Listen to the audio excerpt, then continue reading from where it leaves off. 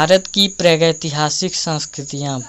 भारत में प्रस्तर युग की अवस्थाओं के निर्धारण का आधार भारत में मानव के अस्तित्व की पहचान को प्राप्त सूचनाओं के आधार पर 3 लाख से 2 लाख ईसा पूर्व बीच रखा जा सकता है। सोन घाटी तथा दक्षिण भारत में बहुतायत में पाए गए प्राचीनतम पत्थर के औजार के अध्ययन के आधार पर यह बात कही गई है लगभग 36,000 ईसा पूर्व आधुनिक मानव होमो स्पेनिस पहली बार अवतरित हुआ। आदि मानव 8,000 ईसा पूर्व तक पूरा पाषाण युग में पत्थर के अनर्गल तथा अपरिष्कृत औजारों का इस्तेमाल करता था। इस युग का मानव शिकार तथा खाद्य संग्रह पर जीता था और प्रकृति पर पूरी तरह निर्भर था। उसने आग पर नियंत्रण करना सीखा जिससे उसके जीवन स्तर में काफ़ी उन्नति हुई। करीब 8,000 ईसा पूर्व से मध्य पाषाण युग प्रारंभ हुआ जो 4,000 ईसा पूर्व तक बना रहा। इस युग में तेज तथा नुकीले औजारों का प्रयोग तेज भागने वाले पशुओं को मारने में किया गया। छोटा नागपुर की पहाड़ी मध्य भारत तथा कृष्णा नदी के दक्षिण में कुछ मध्य पाषाण युगीन स्थल पाए गए। लगभग सभी नवपाषाण युगीन बस्तियां 4,000 ईसा पूर्व से अधिक पुरानी नहीं हैं। इस युग में लोग जानवरों को पालतू बनाने लगे, पेड़ पौधे लगाने लगे, गांवों में रहने लगे तथा उन्हें सामुदायिक कृषि का विकास भी किया। पहिए का प्रयोग एक महत्वपूर्ण आविष्कार था। नवपाषाण युग के अंत तक तांबे तथा कांस्य से बने सामानों का प्रयोग प्रारंभ हो गया था। इस युग को ताम्रपाषाणिक युग 1800 ईसा पूर्व से 1000 ईसा पूर्व कहते हैं। यह संस्कृति छोटा नागपुर की पहाड़ी से लेकर गंगा के दोआब तक फैली थी। युगों का निर्धारण। पूरा पाषाण युग, इसे प्राचीनतम पत्थर का युग भी कहते हैं जिसमें सभ्यता की एक लंबी अवधि समाहित है। इस युग में वर्तमान मानव जाति के प्रथम पूर्वजों ने भारत उपमहाद्वीप में रहना शुरू किया। इसका तात्पर्य यह है कि अवधि 3 लाख वर्ष पूर्व ईसा से 8,000 ईसा पूर्व तक की है। पूरा पाषाण युग को 3 अवस्थाओं में बांटा जा सकता है: निम्न पूरा पाषाण युग, मध्य पाषाण युग तथा उत्तरी पाषाण युग। यह विभाजन उस समय के मानव द्वारा प्रयोग किए जाने वाले पत्थर के औजारों के स्वरूप पर आधारित है। मध्य पाषाण युग। पूरा पाषाण युग के पश्चात मध्य पाषाण युग आया जिसे उत्तरी प्रस्तर का युग भी कहते हैं, जो लगभग 8,000 ईसा पूर्व से 4,000 ईसा पूर्व तक का काल है। यह पूरा पाषाण तथा नवपाषाण युग के बीच का संक्रमण काल है। इस युग में पत्थर के बहुत छोटे औजार माइक्रोलिथिक होते थे। नवपाषाण युग। तीसरा युग नवपाषाण युग या नवीन प्रस्तर का युग है जो 4,000 ईसा पूर्व से 1800 ईसा पूर्व के समय को समाहित करता है और इसकी पहचान पालिशदार पत्थरों के औजारों से होती है। ताम्रपाषाण युग, इसे कैल्कोलिथिक युग या ताम्रपाषाणिक युग कहते हैं, जो सामान्यतः 1800 ईसा पूर्व से लेकर 800 ईसा पूर्व तक का समय है। इस युग में पत्थर के अलावा तांबे सबसे पहली बार भारत में का प्रयोग किया गया। प्रागैतिहासिक संस्कृतियां। मानव इतिहास के प्रारंभिक दिनों की जानकारी उनके द्वारा छोड़ी गई वस्तुओं के अवशेषों के आधार पर ज्ञात होता है जो आज भी उपस्थित है, और यह अधिक विकसित अवस्था में थोड़ा भिन्न है क्योंकि वहां अनेकों प्रकार के स्रोत उपलब्ध हैं जहां पुरातत्वविद तथा इतिहासकार प्रागैतिहासिक अवस्थाओं का जिक्र करते हैं तो इस बात को बताते हैं कि उस समय मनुष्य मुख्यतः आखेटक और खाद्य संग्राहक था, या इसी समय उसने स्थिर जीवन व्यतीत करना प्रारंभ किया था। हमें उस समय के कोई लिखित साक्ष्य नहीं मिलते हैं। इस युग के मनुष्यों को निरंतर प्रकृति से समझौता करना पड़ता था। उपलब्ध संसाधनों के अनुरूप ही उनके जीवन शैली बन गई थी। इसी के अनुसार उन्होंने औजारों का प्रयोग किया और अपने निवास स्थान को चुना तथा उसी के अनुरूप उसके सामाजिक जीवन और उसके विश्वास, आस्था इत्यादि का जन्म हुआ। सामान्य लक्ष्य। यद्यपि भारत में मानव की संस्कृति का विकास एक सामान्य कालक्रम की भांति पूरा पाषाण में नवपाषाण तक चलता रहा है, लेकिन एक ध्यान देने योग्य बात यह है कि इस उपमहाद्वीप में संस्कृतियों का अधिव्यापन भी रहा है। इसका तात्पर्य यह है कि किसी एक क्षेत्र की संस्कृति का कालक्रम किसी दूसरे क्षेत्र की संस्कृति के कालक्रम के बिल्कुल समान नहीं होगा। इनके अतिरिक्त प्रस्तर युग में भी संस्कृतियों की विविधता रही है। फिर भी इस प्रागैतिहासिक काल की संस्कृति के कुछ सामान्य लक्षण हैं जो इस प्रकार हैं। निम्न पाषाण युग में मुख्य औजार कुल्हाड़ी तथा बिदारनी हैं। मूल औजार भी कुल्हाड़ी की तरह ही था, खंडक अलग अलग तरीके के थे।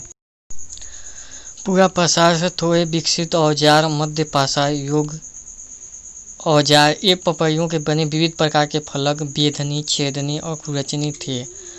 फिर ऊपरी पूरा पाषाण युग के मुख्य औजार माइक्रोलिथ या पत्थर के काफ़ी छोटे औजार थे जो काफ़ी मात्रा में पाए गए एवं जिनकी विविधता क्षेत्र के अनुसार बढ़ती या घटती थी। यद्यपि तकनीकी तौर पर माना जाता है कि एक युग से दूसरे युग की जीवन शैली में परिवर्तन अवश्य आया होगा, किंतु मोटे तौर पर यह देखा गया कि पूरा पाषाण के लोग मुख्यतः आखेटक तथा खाद्य संग्राहक थे। फिर भी उत्तरी पूरा पाषाण युग में व्यवस्थित जीवन प्रारंभ होने के कुछ अवशेष मिले हैं।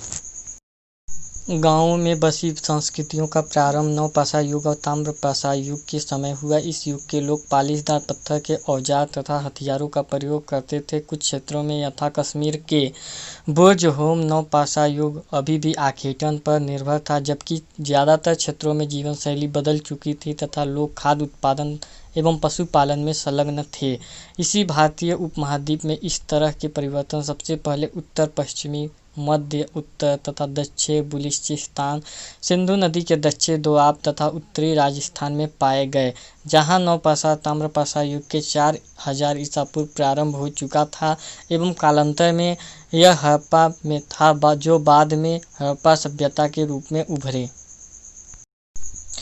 ऐसा सोचना गलत होगा कि हड़प्पा सभ्यता ही उस समय की सभी संस्कृतियों का प्रतिनिधित्व करती थी। कई ऐसी स्वतंत्र संस्कृतियां भी जहां तहां नवपाषाण ताम्रपाषाण युग में उभरी, जो या तो हड़प्पा सभ्यता के समकालीन थी या बाद की।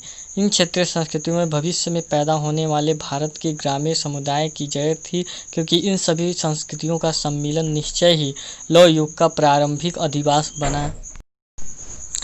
कृषि आधारित प्रारंभिक बस्तियां। अभी तक के पाए गए नवपाषाण युग के क्षेत्रों में कोई भी क्षेत्र इस भारतीय उपमहाद्वीप में 7000 से 6000 ईसा पूर्व के पुराना नहीं है, जबकि दक्षिण तथा पूर्वी भारत में पाई गई कुछ जगहें जो 1000 वर्ष ईसा पूर्व की है। फिर भी यह कहा जा सकता है कि नवपाषाण युग भारतीय उपमहाद्वीप में 4000 से 1800 ईस्वी तक का था। प्रारंभिक नवपाषाण युग के लोग मुख्यतः पशुपालक थे और उनकी अर्थव्यवस्था भी उसी पर आधारित थी। लेकिन ऊपरी नवपाषाण युग के लोग कृषक बने और उन्हें कई तरह की फसलों को पैदा किया। वे कच्ची मिट्टी तथा सरकंडे में बने वृत्ताकार या आयताकार मकानों में रहते थे। कृषि पर आधारित सबसे पुरानी बस्तियां भारतीय उपमहाद्वीप में सिंधु नदी के पश्चिम क्षेत्रों में आती है और उत्तर पूर्वी बलूचिस्तान का मेहरगढ़ गांव ऐसा पहला गांव था जो 6000 ईसा पूर्व की थी। नवपाषाण युग के लोगों की सबसे बड़ी मजबूरी यह थी कि वे पत्थरों पर आश्रित थे, इसलिए उनके गांव पहाड़ी क्षेत्रों से दूर नहीं बन पाते थे। तथापि नवपाषाण से होकर ताम्रपाषाण युग से आने पर धातुओं के प्रयोग से उन्हें एक नई सभ्यता की शुरुआत की। ये समस्त परिवर्तन उत्तरी पश्चिमी भारत में हुए, जो बाद में सिंधु सभ्यता के उत्थान और विकास के रूप में फलीभूत हुए, जबकि भारतीय उपमहाद्वीप के शेष भागों में मध्य पाषाण से नवपाषाण युग और फिर ताम्रपाषाण युग का संक्रमण काल धीरे धीरे चला। मेहरगढ़ पहला ऐसा गांव था जिसमें नवपाषाण से ताम्रपाषाण के संक्रमण काल को 5000 ईसा पूर्व में देखा गया। उत्तर पश्चिमी भारत में 5000 से 3000 ईसा पूर्व के बीच न केवल नवपाषाण युग से ताम्रपाषाण युग के संक्रमण काल को देखा, बल्कि इस अवधि में अत्यधिक कृषि आधारित बस्तियां बसी। संभवतः मेहरगढ़ की बस्तियां ही पड़ोसी क्षेत्रों में आगे बढ़ती हुई, जिनमें सिंधु सभ्यता भी आई। स्थायी बस्तियों के बनने से एक नए सिरे से हस्तकौशल वर्ग का विकास हुआ, जिसमें महत्वपूर्ण तकनीकी खोज, बर्तन का बनाया जाना औजार तथा हथियार बनाने में तांबे तथा उसके मिश्र का प्रयोग शामिल था। इन सभी परिवर्तनों ने पूरी सिंधु सभ्यता को शामिल किया, लेकिन यह सिंधु सभ्यता पूर्वी भाग वाले क्षेत्र को प्रभावित नहीं कर पाई। यह उल्लेखनीय है कि इस 5000 से 3000 ईसा पूर्व युग में इस महाद्वीप में कहीं भी स्थायी कृषक बस्तियां नहीं थी। इन स्थानों पर मध्यपाषाण युग के आखिर तक खाद्य संग्राहक तथा या नवपाषाण युग के पशुपालक निवास करते थे। सिंधु सभ्यता के काल में भारत के मुख्य भाग वाले लोग संभवतः ऊपरी हड़प्पा वालों के साथ मिलते जुलते थे और उनकी जीवन शैली में विभिन्न रूपों को अपनाते थे। परिणाम ताम्रपाषाणिक संस्कृतियां आंतरिक भारत के अनेक स्थानों पर उभरी, लेकिन इनमें से कोई भी 1800 ईसा पूर्व पुरानी नहीं थी। इनमें से कुछ 1000 ईसा पूर्व तक तथा अन्य 8000 ईसा पूर्व तक बनी रहीं। कालखंड है, तालिका है, प्रमुख उपग्रह और प्रयुक्त पदार्थ। पूर्व पाषाण काल में प्रमुख उपग्रह में यू आकार के हस्त कुठार है, गंडासे हैं, आरे हैं, गोल है। फिर इसके बाद प्रयुक्त पदार्थ पूर्ण पाषाण काल के होंगे। बलुआ पत्थर, बेसाल्ट का प्रयोग होता था। फिर इसके बाद क्वार्टजाइट एवं बिल्लर का होता था। निम्न पाषाण काल की बात करेंगे तो उपग्रह है, प्रमुख उपग्रह में प्रयुक्त पदार्थ में पत्थर। मध्य पूर्व पाषाण में प्रमुख उपग्रह जो होगा हस्त कुठार व आरा और प्रयुक्त पदार्थ जो होगा क्वार्टजाइट। उत्तर पूर्व पाषाण काल में खुरचने, रंधे व फलक चिप्पी निर्मित फलक व ब्यूरिन उपग्रह में होंगे। मध्य पाषाण काल में फलक, पॉइंट, खुरचनी, उत्कीर्ण, चंद्राकार, त्रिभुज, मलम्ब, बेदनी जैसे कई सूक्ष्म पाषाण उपग्रह। प्रयुक्त पदार्थ में इसमें पदार्थ नहीं दिए गए हैं। तीसरा उत्तर पाषाण काल में उपग्रह होंगे। सेल्ट होगा, कुल्हाड़ी, हड्डी की सुई, हैमर, स्टोव, बर्मा, कुदाल, छैनी, मसूल, सिलबट्टा और वसूला आदि हैं। इसमें पदार्थ की बात कहा जाए तो फ्लिंट है, जस्पर चार्टर है, केलसोनी है, कार्लेनियम है, क्वार्टजाइट है, ब्लड स्टोन आदि ग्रीन ट्रप एंड हांडी है। चौथा ताम्र पाषाण युग की बात किया जाए तो छैनी होंगे प्रमुख उपग्रह में, दुधारी, चपटी, कुल्हाड़ी, हुक एवं तलवार। फिर इसके बाद पदार्थ की बात कहा जाए तो तांबा, पत्थर, क्रिस्टल, क्वार्टज, स्टेटाइट, कार्लेनियम। फिर महापाषाण काल की बाद में विशाल पाषाण खंडों में निर्मित समाधान स्थल हैं। फिर ताम्र युग में कांटेदार बर्छी, कटार, छल्ले, सुई पदार्थ में तांबा आ जाएगा। कांस्य युग में हड़प्पा संस्कृति के औजार आएंगे और पदार्थ में कांसा यानी कांस्य आएगा। लौह युग में उत्तर वैदिक कालीन औजार प्रमुख उपग्रह होंगे और इनके पदार्थ जो रहेगा वो लोहा है।